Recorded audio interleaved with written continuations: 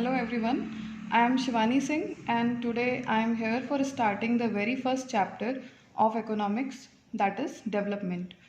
Development can also be called as progress. Let's start now. First of all, we should know what are goals.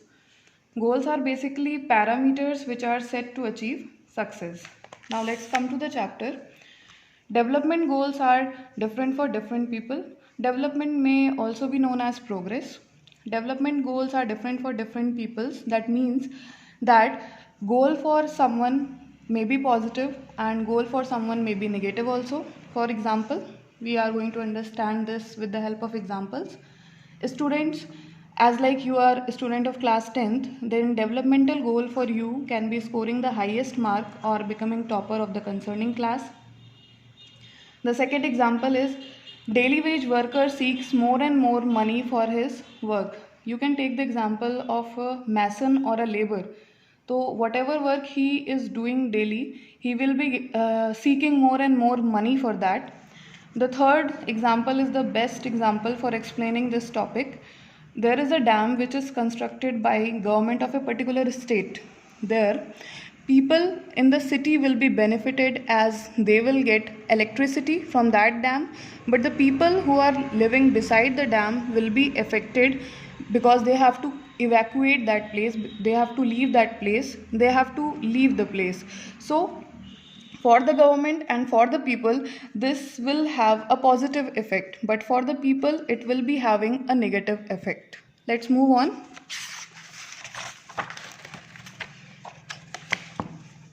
Development depends on mainly two things, that are material things and non-material things. Material things include money, car, house, etc. Let's see the explanation.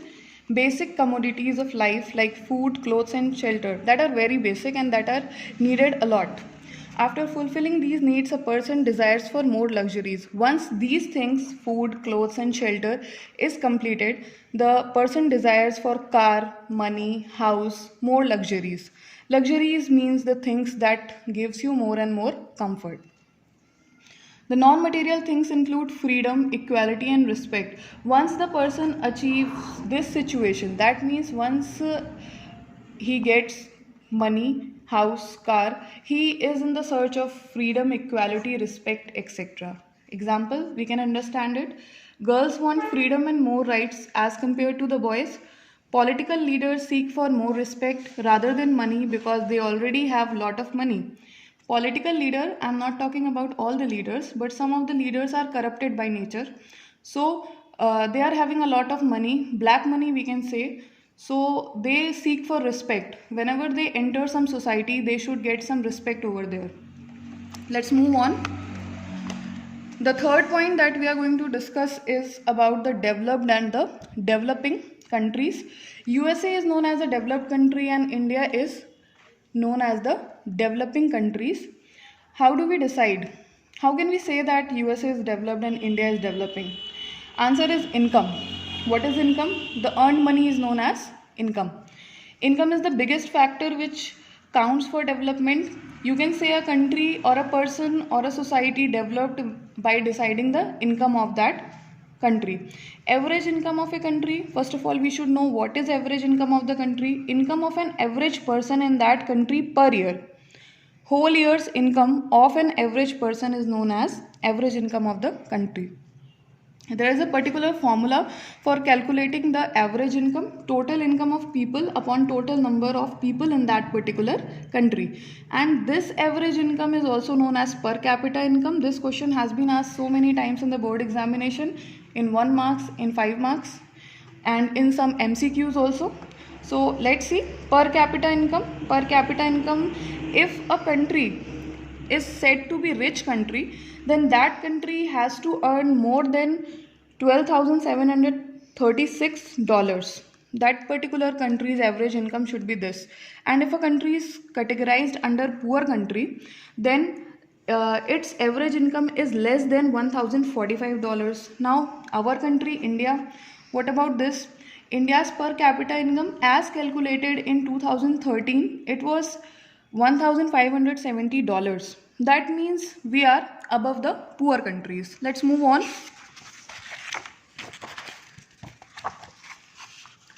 The last topic of this part 1 will be per capita income is a very good parameter to decide each and everything, but it hides disparities. So first of all, we should understand what is the meaning of disparity. Disparity in Hindi we can easily understand is as asamanta. Asamanta, that refers to inequality, a difference caused by unfair treatment.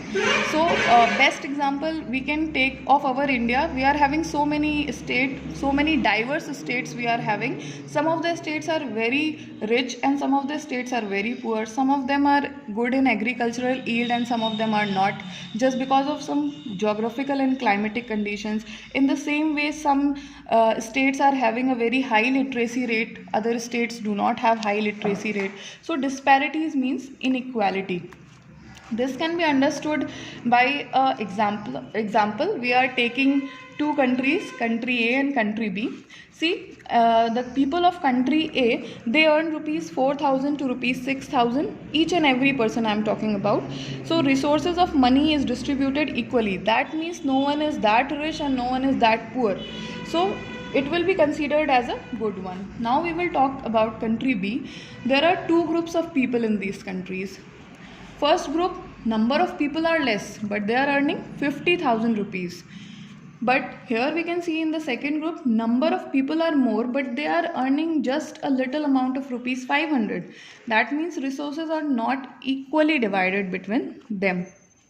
Rich people rule over here, and this condition is said to be as bad condition. So we can see that disparities arise over here. We cannot judge by the average income of a particular person the average income of that particular country. So their dissimilarity is seen and it cannot decide the each and every aspect of that particular country. So we will be discussing next part in the part 2. Thank you.